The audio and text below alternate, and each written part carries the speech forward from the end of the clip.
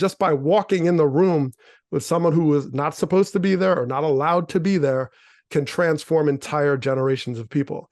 So that's why Dusty Baker is important. And that's why his success means so much.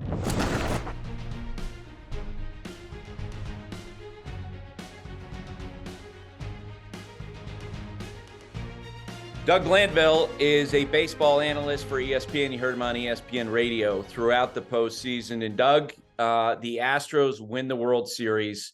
And in the aftermath, one of the questions, the big questions I think asked among the media, what does this do for their legacy?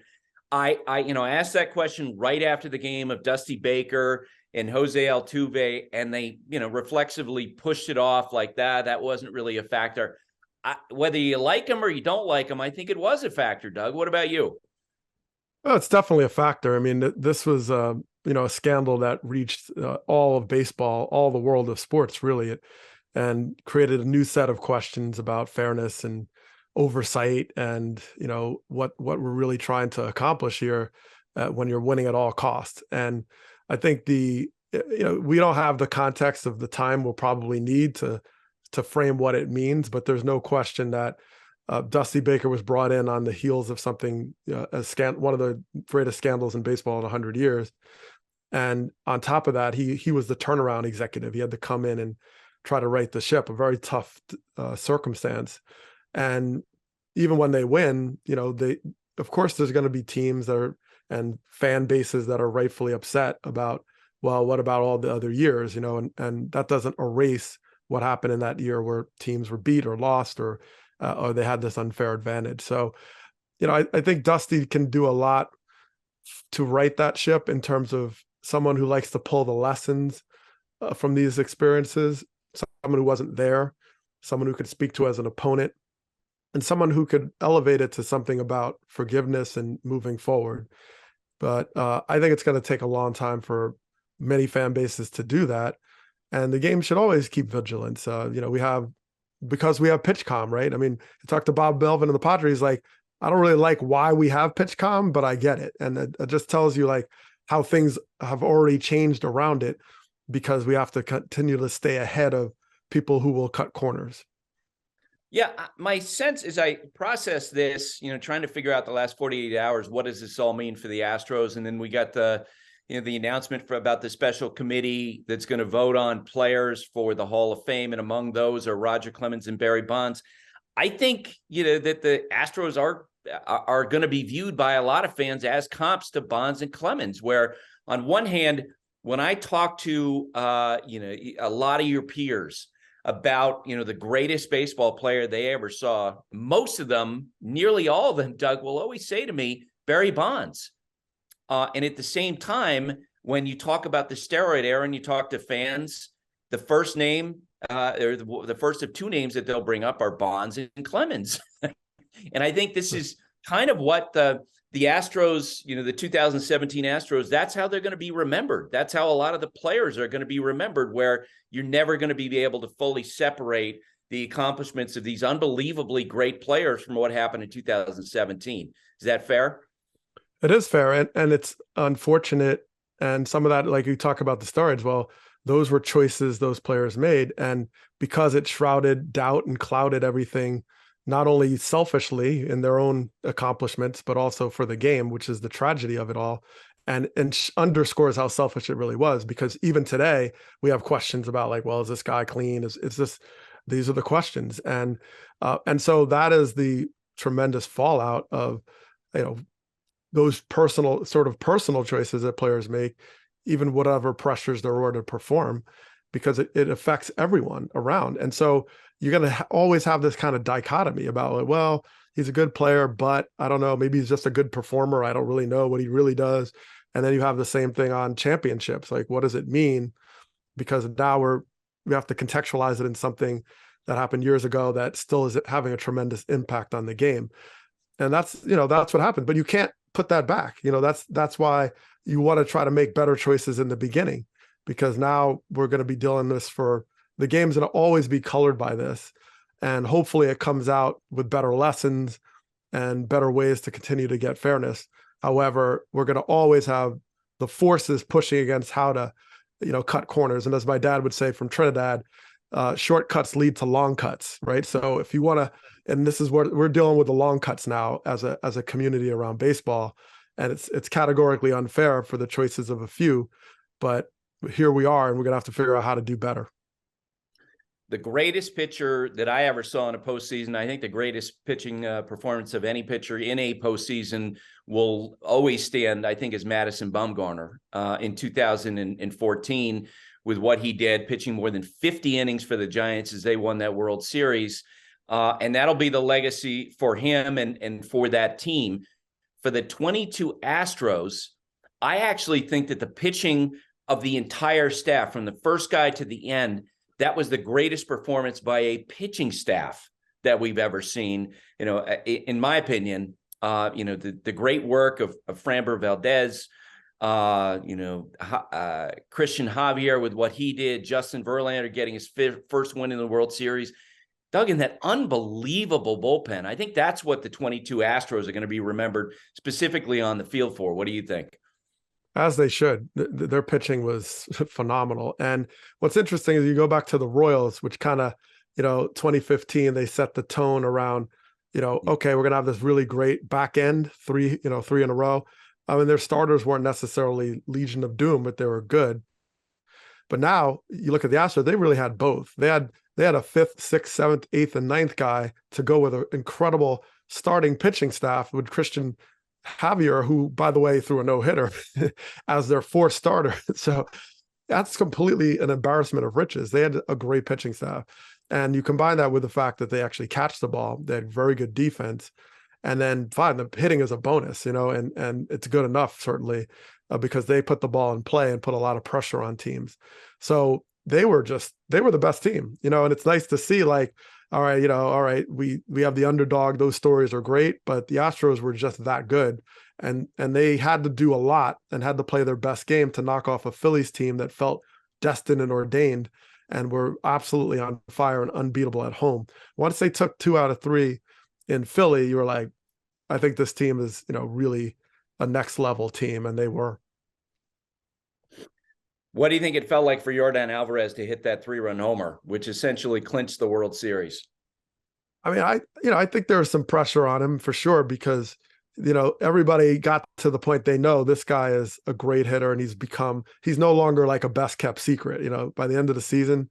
I mean, I know Jason Stark was like, this is my MVP. He was saying that in spring training. So Alvarez, maybe in the market, he's not getting quite the attention, but slowly as the playoffs started to percolate, you heard comparisons to David Ortiz. I mean, that's like legendary, right? So I don't know, how he took that, but there was an expectation that was probably pretty heavy on him, and he was struggling. But that hit showing, goes back to your point about pitching. They only needed one hit because once they had any lead, the bullpen, was unbelievable. I mean, Verlander was the only one who really gave it up in game 1, but the bullpen has just been phenomenal. So Alvarez, once you give him more than 1 run lead, you're in a lot of trouble, and they proved that. What was it like for you to see Dusty Baker win his first World Series as a manager? Oh man, it was like truly a father figure winning. I mean, it was like my dad winning, and I think I have a lot of feelings towards Dusty because when I played for him in 2003, after I got traded from Texas, that offseason, I lost my father. He passed away the last game of the 2002 season, and that's the day I got my 1,000th hit of my career. So I actually buried my dad with that baseball.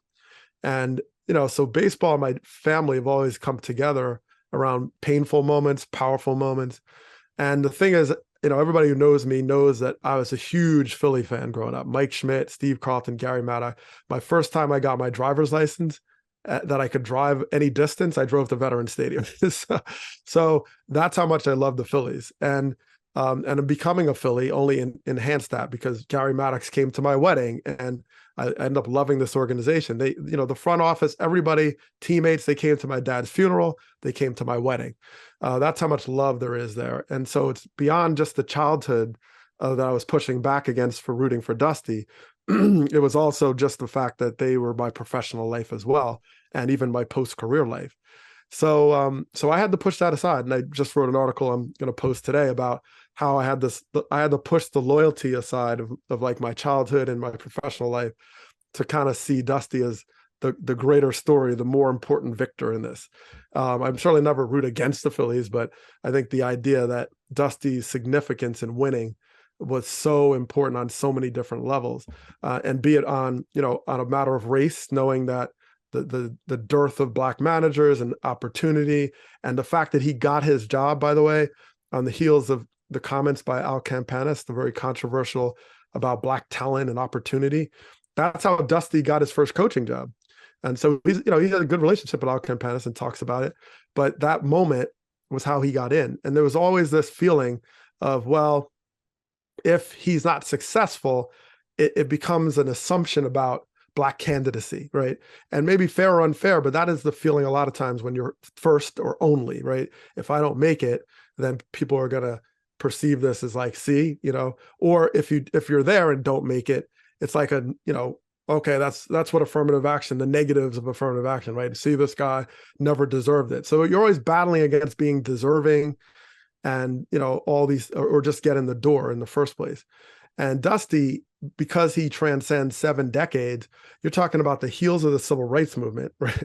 Fair housing and all these things into the 70s, 80s, 90s, 2000s. So he spans everything from, the Civil Rights Act to George Floyd, and mentored all people in all walks of life throughout with a consistent message of belief and love and common shared humanity.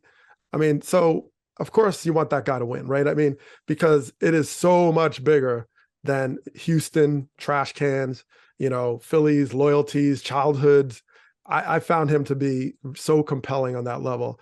And so many people were rooting for him that transcend the entire society on every walk of life, of every identity. So for those reasons, I thought that was the greater power of like who I'm supporting in this. So, and yes, the idea of rooting against the Astros, but for Dusty, here's the thing. Dusty is the perfect ambassador to take that 2017 story and turn it into the lessons we all need to hear. And that's why, he's suited for that. Now, the frustration can be that, as I talked about black candidacy, there's a lot of feelings of like, well, all right, the only job you're going to get is when you're cleaning up, right? You're going to clean up this guy's mess. You didn't do it, but you got to come back here. And here's a guy who got fired multiple times after 90 wins and didn't even get interviewed, right? So that was a slap in the face in a lot of ways from the standpoint of baseball to, I took it personally that Dusty didn't have a job and was always categorized as like old school and not analytical, but all those things coming together. And one brief story, I know I've been rambling for a minute here, but one story I want to underscore is, so when I got traded to the Phillies, and this is 1997 offseason, that's the day my grandfather passed away, the night before. Now, my mom's family migrated from North Carolina, at least the aunts and uncles of my mom, to Philadelphia. So they moved from North Carolina to Philadelphia. So when I got traded there, I found out from my great aunts and uncles who love baseball that they were boycotting the Phillies. They were like, we'll watch, radio, but we are not setting foot in any stadium that they play in. Wow. Because they remembered in 1947 when Jackie Robinson broke in and Ben Chapman was Ben Chapman, that they would never support this team. And they watched after that and they saw other stories and Dick Allen. They were like, no way. So I got traded there, and my great aunt Tank, who loves baseball, said, okay, I'm going to show up now. It took 50 years for them to not even, first of all, they didn't get the apology, but they finally let it go. That is the power of representation and the power of restorative justice, that you don't even, just by walking in the room with someone who was not supposed to be there or not allowed to be there, can transform entire generations of people. So that's why Dusty Baker is important. And that's why his success means so much. Where is this article going to be posted, Doug? I have no idea, actually. Right now, it's just going to be my website. I'm going to put it out there today. So, yeah. Because I know, you write pieces for the New York Times, you write pieces for ESPN, and I'm curious. I can't wait to read that. And I'm so glad you used the word love, because I think that is the word that applies to Dusty better than any other word. When you have a conversation with him, you know this better than I do because you play with him. I've known him for a lot of years, but he'll tell story like he connects with people. He loves people, and he looks at people beyond their batting average or whether or not they can hit home runs or, what he can give them as a manager. He looks at them as people, which is why I always felt when and I hear this to this day, you'll hear people in baseball say, well, he doesn't really get pitching. He doesn't know when to make changes. He doesn't get this. He doesn't get that. I'm like, no. You're missing what he does get. And that is that he has people playing for him. And just two small examples of that from this postseason. And I've told the story on the podcast before about how when he was in New York for the ALCS, and he goes to St. Patrick's Cathedral because that's what he does whenever he goes back to New York. And he gets a rosary for Trey Mancini, who is his new first baseman who's struggling, right? Who's not hitting. And so, but he thinks of him. And so he gets this gift for him. And it was Trey Mancini told me that story. And you could see in his face how much that meant to him, that his manager, for whom he really hasn't contributed anything since he joined the team, thought of him in that moment. And then in the end, of course, Trey Mancini gives back to Dusty. And then Justin Verlander, in an era in which, the analytic community, we don't care about wins anymore. We're not worried about getting to a 5-inning benchmark. Dusty understood what it meant for Verlander to get his first career win in a World Series game. And so he sticks with him through those 5 innings in Game 5. And Verlander, and I saw that massive hug he gave Dusty at the end of Game 5, and then see it in Justin's face, what that meant to him. That's the stuff that Dusty understands about the people because of his love for people that he connects with in a way that almost nobody else that I've seen managing in baseball has, and not to a degree, because that's who Dusty is, Doug. I've never seen anybody so skilled and intuitive about people than Dusty Baker. I've never seen it. And, I mentioned I played from my father had passed away. I was not a great place. I let my hair grow to epic proportions. And one day Dusty said, look, man, I know you're going through some tough stuff, but you need to braid it, roll it, or cut it. He's like, you can twist it. So, he looked out for you. And I don't know how he has the bandwidth to think about people that deeply. Like, I remember reading about how Joey Votto was sick and he brought matzo ball soup to the, it's like, just like, and he kissed him on the forehead. And remember, Joey Votto was like, that was love, right? He just transcends all these identities and in a good way, right? You be who you are, we all have our stories, but we still can be so much stronger together. And that's what is so clear about, the fact that he builds a family, truly a family. And that's why I'm always saying how sports has such an opportunity to inform larger society in that, we're playing with teammates from, especially baseball. Teammates come in with spring training from all over the world. You got to figure out how to come together. You got to put all this stuff aside and figure it out. And you also have to uphold rules and traditions and laws and things that are supposed to be applied fairly to everyone. That's a pretty good society. That's a society I want to live in, right? And Dusty is someone that is the aspirational existence of this, right? I always call him the godfather of baseball. That's exactly who he is. He's the godfather of baseball because he leads a spiritual life.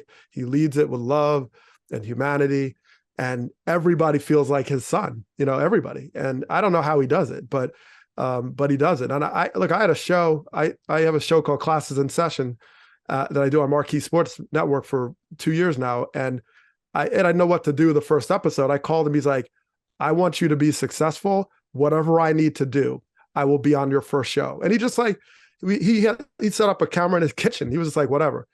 And that was the best episode. A guy talked for an hour, him and Herm Edwards. It was out of control. So, that's what Dusty is able to do and how he has the room to do it. And the bigness of his heart is incredible, which is why that's not just what baseball needs. That's what the world needs, truly. All right, Doug. Thanks for doing this. Always great to talk with you. All right, Buster. Thank you, man. Thank you for watching ESPN on YouTube. For live streaming sports and premium content, subscribe to ESPN Plus.